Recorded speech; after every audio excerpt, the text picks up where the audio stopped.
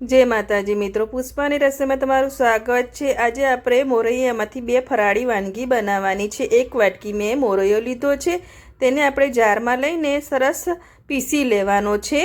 पहेला आज झटपट बनी जाय एवी बे फराળી वानगी बनावीशुं। मोरैयामांथी पीसी लीधो छे मैं, जो पीसाई गयो छे तेने हवे साइडमां मूकीशुं અને એક જાર લઈ લઈશું। ફરીથી તેમાં એક બટાકા લઈ લીધા છે મેં કાપીને, કાચો જ બટાકો છે, અને 5 થી 7 લીલા મરચાં લીધા છે, અને એક અડધી વાટકી જેટલું મેં દહીં લીધું છે। સ્વાદ અનુસાર મીઠું લઈ લીધું છે, અને અડધો લીંબુનો રસ લીધો છે। દહીં ખાટું હોય તો તમારે લીંબુનો રસ એડ કરવાનો નહીં। અને પાવડર શુગર લીધી છે 1 ચમચી જેટલી, અને 1 ચમચી જેટલું તેલ લીધું છે, ને 2 થી 3 ચમચી જેટલું મેં પાણી એડ કર્યું છે। અને આપણે તે દરદરો પીસેલો લોટ છે તે પણ જારમાં એડ કરી દઈશું। બટાકામાં મોઇશ્ચર હોય છે એટલે પાણીની જરૂર બહુ પડતી નથી, પણ તમારે પડે તો 1 ચમચી ફરીથી એડ કરી દેવાનું। મારે 3 ચમચીમાં જ થઈ ગયું છે। બેટર મેં બાઉલમાં લઈ લીધું છે અને સરસ ફેટી લીધું છે।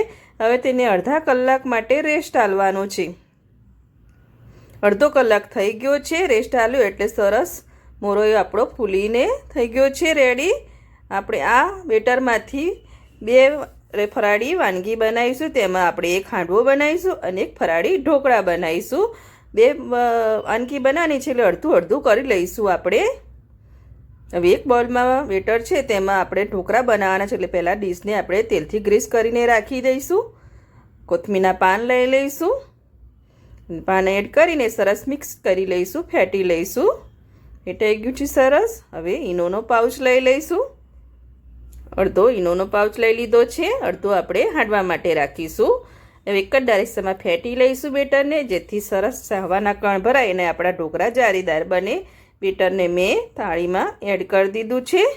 હવે તેને આપણે સ્ટીમ કરવા મૂકી દઈશું। પહેલાં આપણે તેના પર શેકેલા જીરાનો પાવડર લઈ લીધો છે, આપણે લાલ મરચુંનો ઉપયોગ નથી કરવાનો, તેથી સ્ટીમ કરવા મૂકી દઈશું। 15 મિનિટ માટે તેને સ્ટીમ થવા દઈશું। અને બાકીના બેટરમાં છે તેનો આપણે હાંડવો બનાવવો છે, તેના માટે તેને ફેટી લીધો છે। હવે થોડા સિંગદાણા લઈ લઈશું અને હળદર લઈ લઈશું। અડધી ચમચી જેટલી હળદર લીધી છે। તમે જો હળદરનો ઉપયોગ ફરાળમાં ના કરતા હોય તો તમારે સ્કીપ કરવાની છે। અમે હળદરનો ઉપયોગ કરીએ છીએ એટલે મેં એડ કરી છે, તમે ના લેતા હોય તો સ્કીપ કરી દેવાની। અને કોથમીરના પાન લઈ લઈશું અને ફેટી લીધું છે, અને બાકીનું ઈનોનું પેકેટ હતું તે એડ કરી દઈશું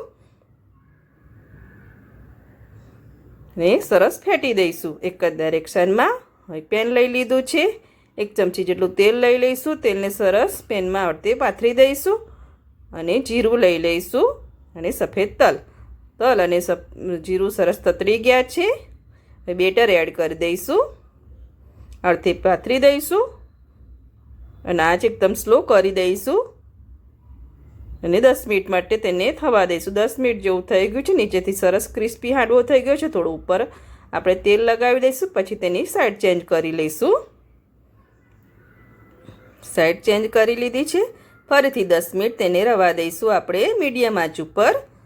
ઢોકળા આપણા સ્ટીમ થઈ ગયા છે, જો બહાર લઈ લીધા છે, મેં ચપ્પુ એડ કરીને ચેક કરી લીધું છે। હવે તેને ઠંડા થવા દઈશું।